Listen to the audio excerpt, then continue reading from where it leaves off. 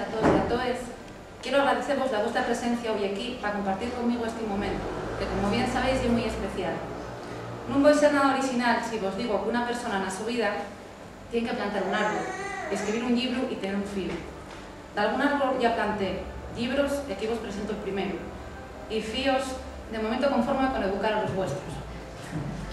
La idea de entamar a escribir y ilustrar sus cuentos surgió a partir de la propuesta que me hizo un buen amigo, José Luis Remes, cuando me pidió que ilustrara una historia. Desde bien pequeñina prestábame a escribir. En la escuela siempre me presentaba al concurso de redacciones y también al de dibujo, dado que hacía siempre como entretenimiento. A partir de ahí, y mientras que preparaba las oposiciones para maestra de infantil, comenté la posibilidad de hacer un proyecto literario que me ayudara en el mío desenvolvimiento profesional. Quería y quiero que los niños y niñas de Asturias tuvieran una visión cercana de la lengua a través de otros personajes distintos a los mitológicos. Para ello tomo como referencia historias, vivencias personales de gente cercano. Después, y el turno de la imaginación, y entonces cuando agarren cuerpo los personajes, las imágenes, el texto. En este caso, la historia de Mansín conocíla gracias a María Suárez Álvarez. Fue ella la que me abrió a la fauna montés, en concreto a los urogallos. También es verdad que el oso pardo es un animal representativo de Asturias, pero teniendo el urogallo, eché en falta que nadie mirara para él, por lo guapo que es. Fue así como surgió la historia de Mansín. Tenía un personaje exemplar, curioso, bueno de corazón, que desde que aporta Tarna decidió por hacerse un hueco entre la gente para ser un más de ellos. Quiere ser un vecino más, quiere ser parte de Tarna. Para entender el significado de la colección Vivir del Cuento y de la relación con el desarrollo del Mansín del Neño, tengo que vos hablar de la mi experiencia personal. Crecí en una escuela donde la magia, la ilusión, la creatividad y la fantasía eran los instrumentos para aprender a vivir. Un lugar que me trae muy buenos recuerdos. Aquella gran escuela, dueña de la ciudad, arrodeada de un prado enorme en el que te podías perder buscando esclavos de fades o falando con las formigas.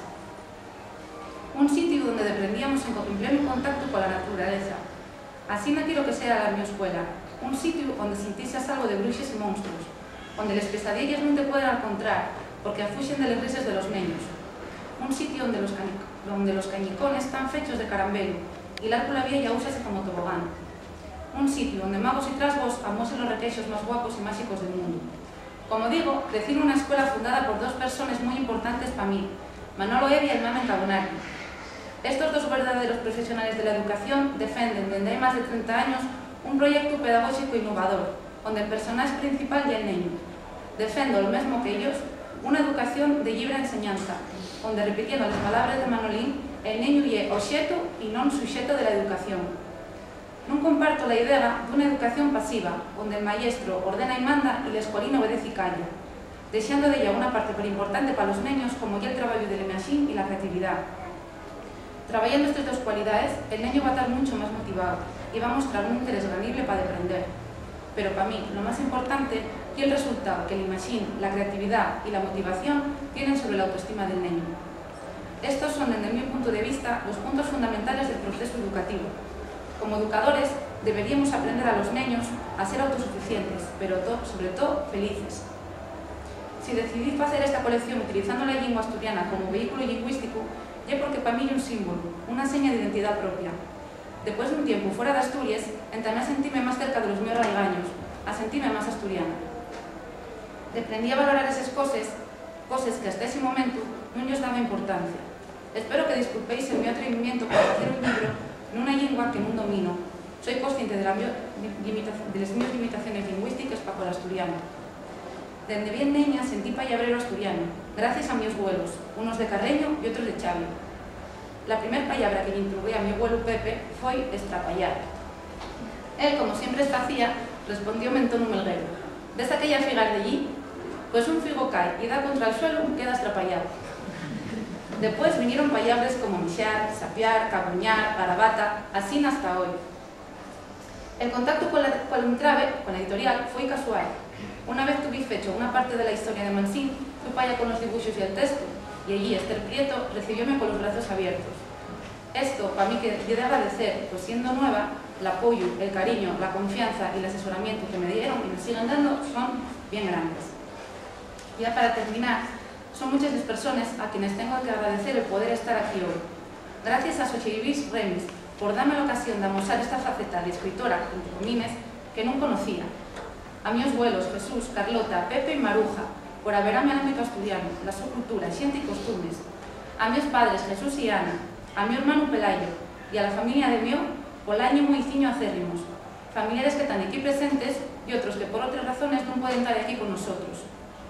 A los meus amigos e amigas, sí, que estáis aí sempre, en los ratos bonos e non tan bonos, gracias. A Rafa de la librería La Buena Letra, por cariño, apoyo y confianza. A los redactores y fotógrafos de los medios de comunicación, por la divulgación de la historia de Mansín, lo que me permitió afondar en ella. Decían antes, al principio de esta presentación, que soy consciente de las mías limitaciones para el asturiano. Y por ello, por lo que quiero incluir en estos agradecimientos, afirmo y allino, si bien no tienen relación directa con el resultado final de Mansín, principalmente porque de aquella no los conocía, sí son dos personas que con su labor están siendo dos apoyos importantes del mi crecimiento lingüístico. Al ir acabando, y no por ello menos importante, no me quiero esclarecer desde Antón González Riaño, al que quiero agradecer que esté hoy aquí sentado en mi labor. Que accediera y colaborar en la presentación de este libro ya para mí especialmente gratificante, porque los dos trabajos que desde la universidad dedica al estudio de la presencia de la lengua asturiana en el ámbito escolar. Y por último, a la editorial Trave, especialmente a Esther Prieto y a Samuel Castro, por el enfoque y por dejarme hacer el mío sueño realidad. Trabajar con ellos hoy y es muy gratificante. Muchas gracias a todos por la vuestra atención.